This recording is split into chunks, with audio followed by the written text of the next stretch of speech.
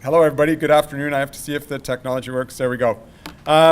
So it's great to be here. I'm happy to be here. My role, as Glenn said, is mostly to try to provide a little bit of background and context for the initiative and talk a little bit about, where have we been? How did we get here? So this concept of a community wellness, community well-being initiative has been evolving for some time.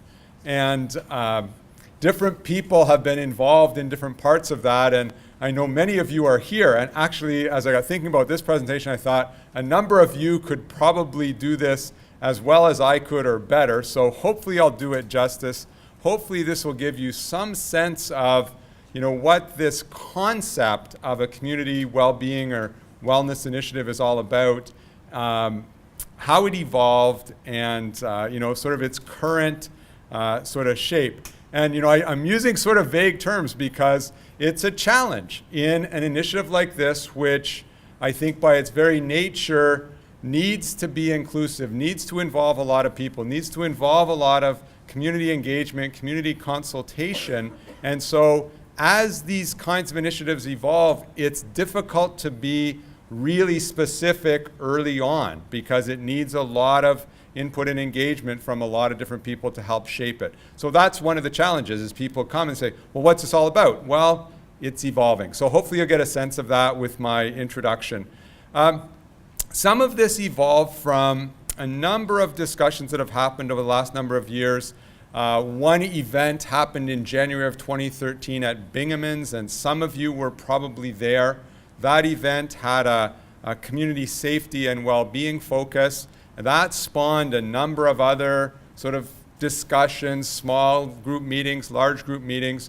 But one of the sort of common themes through all of that was kind of a growing recognition that our individual organizations or even sector collaboratives are getting to the limit of what we can accomplish individually. And I think more and more people are saying, we can only accomplish so much ourselves as an organization or our collaborative, and we need to start thinking about, are there ways we can do things differently? Are there ways we can work together differently? And so that's sort of the question that has been evolving in the community. And many of us, I look around the room, I know a lot of you, you wear many different hats. So I have my day job, but I volunteer on various community groups. I'm sure many of you do, and you probably hear these discussions in your different worlds. Your day job, your volunteer work, your community work. That we need to start thinking differently about how we do things. So that's sort of the genesis of this, and so I think there has been an interest in moving this forward, some sort of collective community wellness, well-being initiative. And the challenge has always been, how do we focus it? How do we capture something real and tangible that's going to add value? So as part of this evolution, at one point in one meeting, I think Chair Ken Sealing volunteered the region to help play a facilitation role. And what I've learned as a CIO with the region is when the regional chair volunteers the region to take something on, that often trickles down to me volunteering to take something on. But I've been happy to do this, and it's been a fascinating process. And I want to emphasize one thing, that the region is trying to play a facilitation role, a coordination role. I wouldn't want this to be viewed as a Region of Waterloo initiative. We truly see this as a community initiative, but what we also recognize is somebody has to sort of play a coordination, a facilitation role. Somebody like Lori Fiozzi needs to organize an event like this.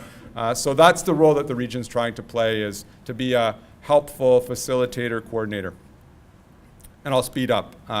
So some of the steps along the way in this journey, over the last couple of years, several organizations, the United Way of Kitchener-Waterloo and area, this is like alphabet soup, Kitchener-Waterloo and Community Foundation, Waterloo Region Crime Prevention Council, Local Health Integration Network, Waterloo Region Police Service. I think I got all of the alphabet there. Missing a few vowels. Have come together to really be a sort of planning and coordination group to try to move this forward. And they've worked closely with a slightly larger, we called it a reference group. I think the membership has been in various background documents and maybe in the participant package for today. And I think everybody involved in the planning group and the reference group also recognizes those groups are not inclusive. And a question that keeps coming up is, where is organization X or Y, or there's a certain voice that's not at the table.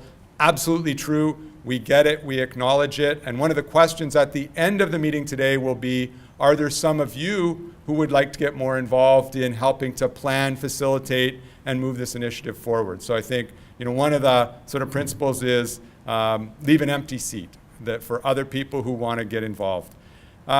And over the summer, there's been a lot of discussion with a lot of different community groups, collaboratives, about the concept of a community wellness, well-being initiative, and people's interest or organizations' interest in getting involved with this. Do people see value in something like this, and where would they see value, and how would they want to be involved? So all of that has helped inform the lead up to and the design of the day today. So some of the themes that came out of those discussions over the last couple months.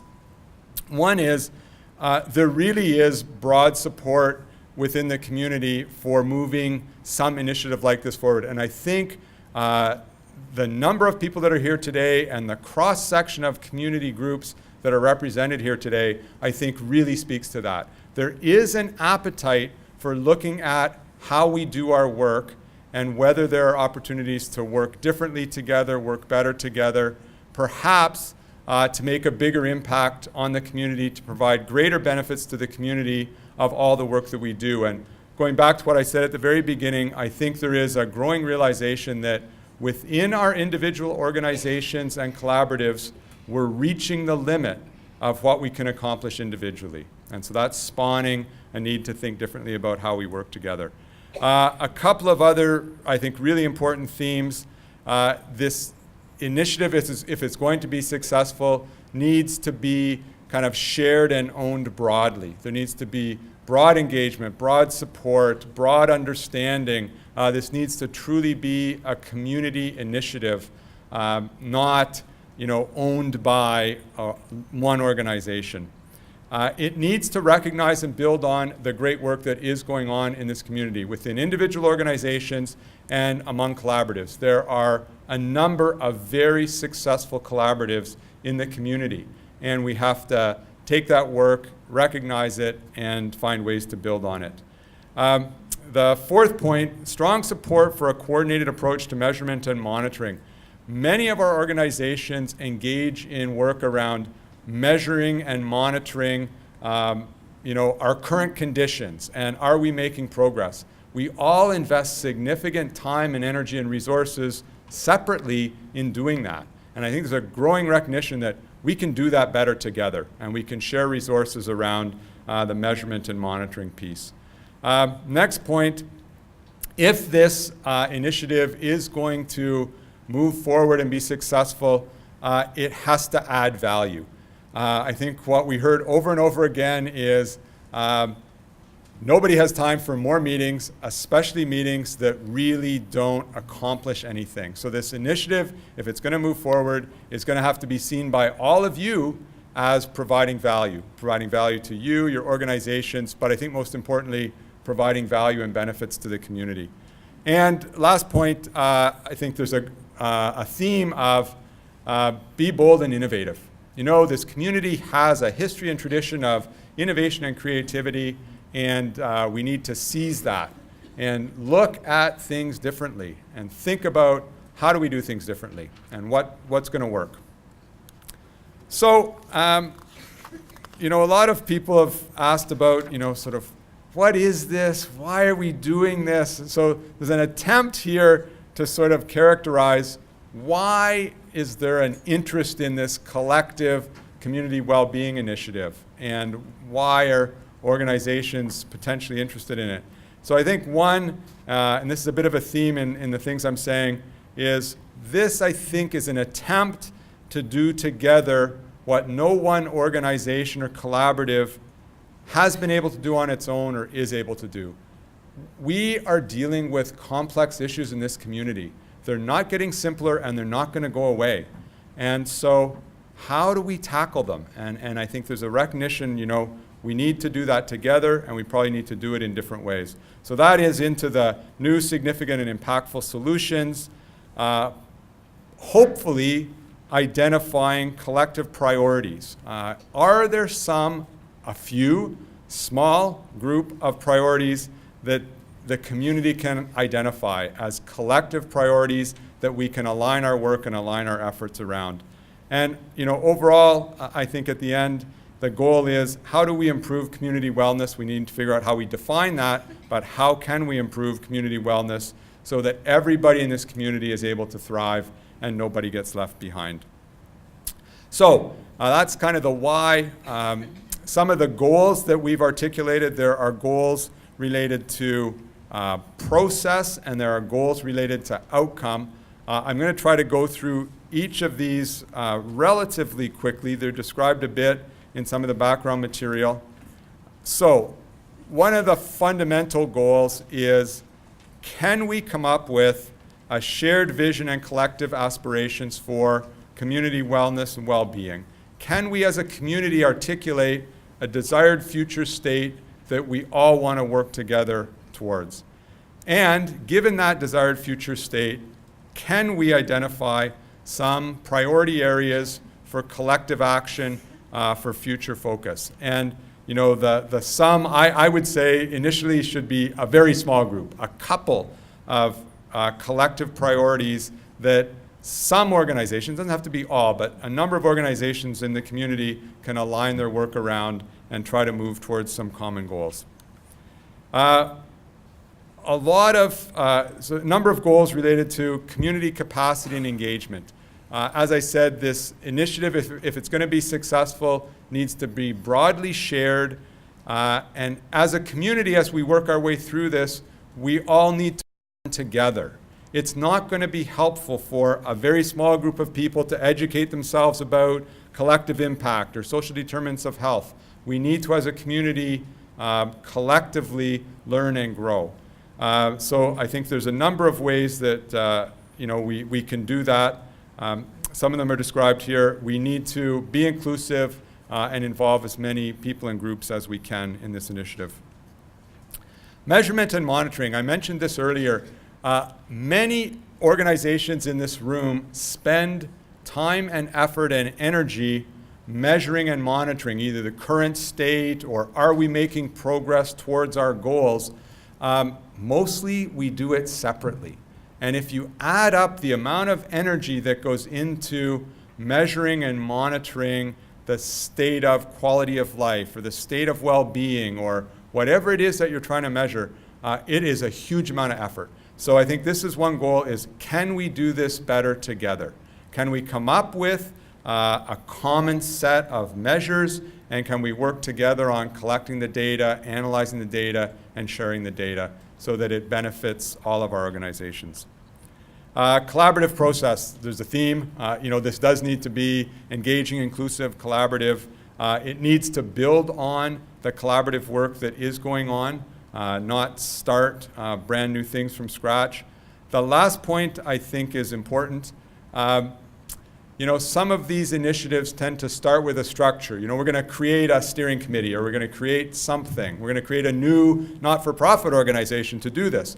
I think the current view is, let's see how this evolves, and if it needs a more formal structure to help it move forward, let us collectively create one that will help it move forward.